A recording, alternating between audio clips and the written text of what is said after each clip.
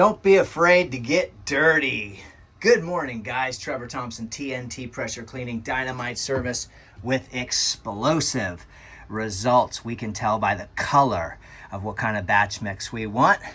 And we did about a little over a 5% mix, so that's about 25 gallons of 10.5% SH. And then we put another 26 gallons of water in there. Now, it could be 27 gallons, whatever it is.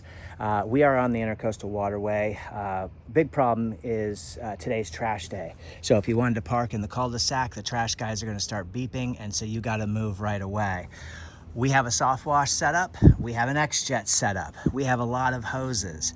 I'm making this video primarily for the guys who are trying to get started in the industry. Do you think you got what it takes? Can you do this on your own? Do you need a team? How's it gonna work? Here's the deal. There's a lot to it. There's a lot more to it than you think. So the right equipment is a great start. We are running a 7 gallon per minute. It runs off a deep cycle marine battery, Fat Boy system. You saw a picture of the accumulator. Great little system here. We're gonna be soft washing some decks. Let's take a look at it. Got a standard 4 gallon per minute machine there. Just a cold water unit,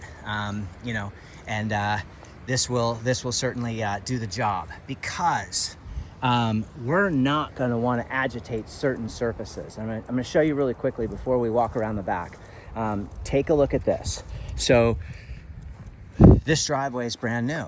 If you agitate this, the cream has not properly set up. So we do have some tire marks you can see that need to come up. And there is some discoloration. So a good degreaser, a good soap will certainly help with all of that. But you need to be really, really careful as to how you decide to go about this, because the cream has not properly set up on this yet. And so I strongly suggest do not run your surface cleaner on there. Around the side of the house here, we have a Trex deck I'm going to show you. But some of the things that I like to do are, you can take a pump up sprayer with a hot mix, hit that one time, let it dwell, rinse it off. Looks like brand new slabs. If we go back here, we have an old Trex deck, okay? And you can see the staining on that. So with my soft wash mix, I will make this deck look brand new, a lot like that brand new deck right there. So I'm gonna take you around the side, because can you soft wash and not pressure clean? You can, but every surface is going to be different. So for instance, this driveway is pushing almost 1.5 to 2 years, okay? So can I surface clean it? Well, if I throttle down, I put the right nozzles on, absolutely. This is a brushed concrete. You see the lines? Okay, so that's a brushed concrete. If you leave a surface cleaner on there, even with a 4 gallon a minute machine, and even you throttle down, and you're more than, let's say 3,500 PSI, 3,000 PSI, and you stall for a minute, you'll make a big circular mark. You can really screw stuff up out here if you don't know what you're doing. I parked over here, which I don't like to do because it makes everything dirty, but that's okay. We have a hose attachment right there. We'll rinse the whole trailer out when we're done, and we're good to go. The soft wash is so good because with an X-Jet, with no proportioner, you can only get about a 4% mix, okay? So with a stronger mix, if you're careful with the plants and the grass and the paint, you can soft wash it, rinse it, and you're done. And you haven't compromised the integrity of the surface. So certain things are gonna be X-Jet, certain things are gonna be surface clean, certain things, there's so much to it. Here you can see I've got 3 hoses. I've got a Flexzilla, I've got a high pressure, and I've got a soft wash. The soft wash is gonna be providing the solutions up to the balcony here. This is a 26-foot ladder, and we have it only one section fully extended. So I'm gonna take you up there in just a second after I show you. But guys, when you're doing jobs like this, you're gonna be looking at, like for instance, the reason I'm pointed down is because, you're gonna be dealing with a lot of things other than the pressure cleaning itself. I mean, you know what I mean? So everywhere you step,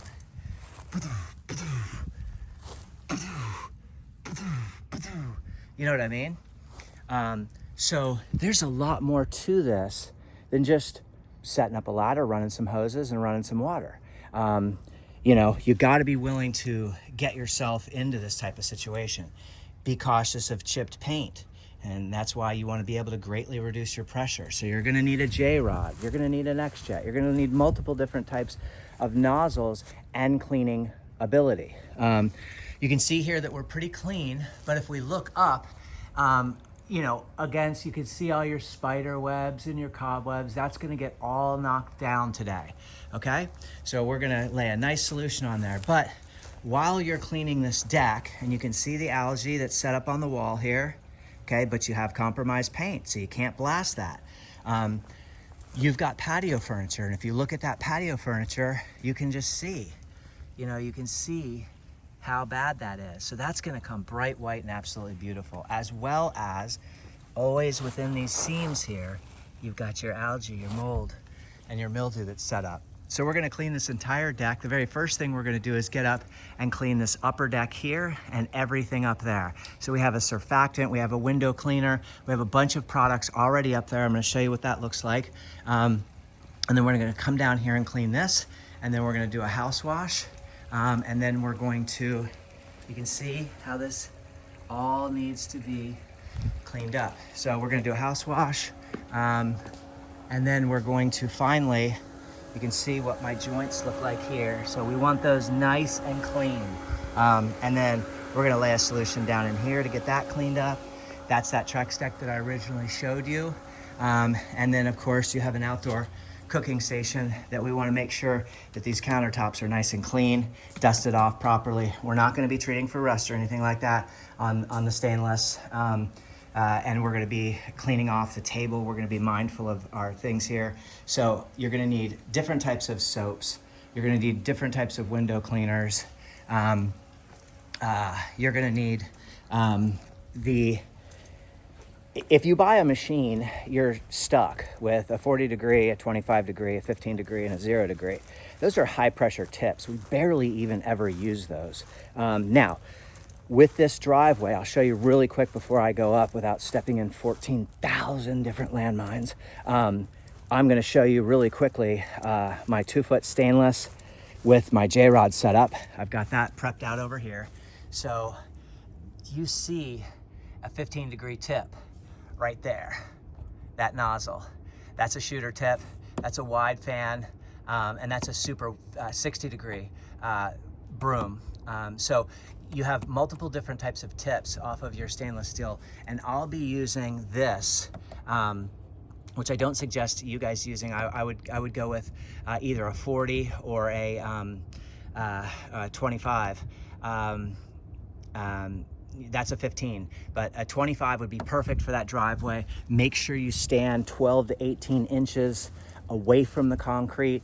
Lay your soft wash solution on there, and then go ahead and work high to low.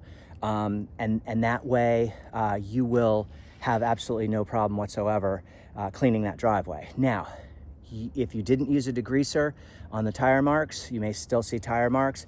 If the driveway is brand new and it's been there for a couple of years, you're pretty safe to throttle down on your surface cleaner and go ahead and surface clean it. So, you know, do you surface clean first? Do you pre-treat, post-treat? You know, what do you do? There's so many variables. You know, you're gonna have to clean your hoses off. You know what I mean? Yes, I do. I have a shovel in the back of my truck. I could sit here and shovel that, but you can see that St. Augustine is so thick that it would be a waste of my time. I can avoid all those things. Now, we are climbing this ladder. Be mindful of all of your, you know, things like that. You see that right there? You have a Ring camera right there. So be very, very careful so as to not soak that with SH. Now, on this ladder, I have tied off. I've just used a bungee strap right there, right around there, so the ladder doesn't slide around. I work my hose right there, and then I've got my other hose, my high pressure hose, tied off on the rail right there. So just wanted to show you that, and that way you don't lose your hoses. Beautiful view this morning of the Intercoastal. It's the Intercoastal Waterway. But let's get back to the job at hand. In here, we have a surfactant. Smells delicious, and a window cleaner as well to make these windows look absolutely spectacular. I've got the X-Jet, so I can shoot all of that. You don't need to soft wash that. Why don't I need to soft wash that? Where's your organic matter? Soft wash is a hotter mix. Why do you need a hotter mix? You don't, but you will need a hotter mix on here, and you can see. So a good soft wash mix on here will make quick work of this, and it will allow me to just rinse this right off, and we'll be done. You know, a little bit of a dwell time. You can see a little bit of your algae that's built up. So here we have our mold and our mildew. You can see the black. So all the tile should look, you know, like this. Here is, and I'll turn you around. This is a Mossmatic swivel, okay? Mossmatic swivel, DN10 high pressure ball valve, okay? That runs to a reducer. This is a reducer, all right? That reduces from this size to this size. This is an X-Jet, okay? And this is the M5 with the barb. So this has the ability to siphon, all right? And that's because I do a lot of X-Jetting. I don't use just the M5. Now this is the soft wash system, and this is the ST Suttner trigger gun with the Schedule 80, and then you have your standard tips off of here. All right, so from your shooters to your fans, so on and so forth. So that's a J-Rod specifically for the gallon per minute machine that we're using. And that will allow me to hit everything. You don't always have to use a hot mix on everything. I want to make this turn canvas color. You know what I mean? So there's a lot of things that you want to be conscientious of. I'm gonna go ahead and end this video. You guys have the basic gist. I wanted to show you the layout and the setup and how to go about it. There's a lot of things that aren't gonna come off, guys. This is not mildew, all right? Anybody know what that is?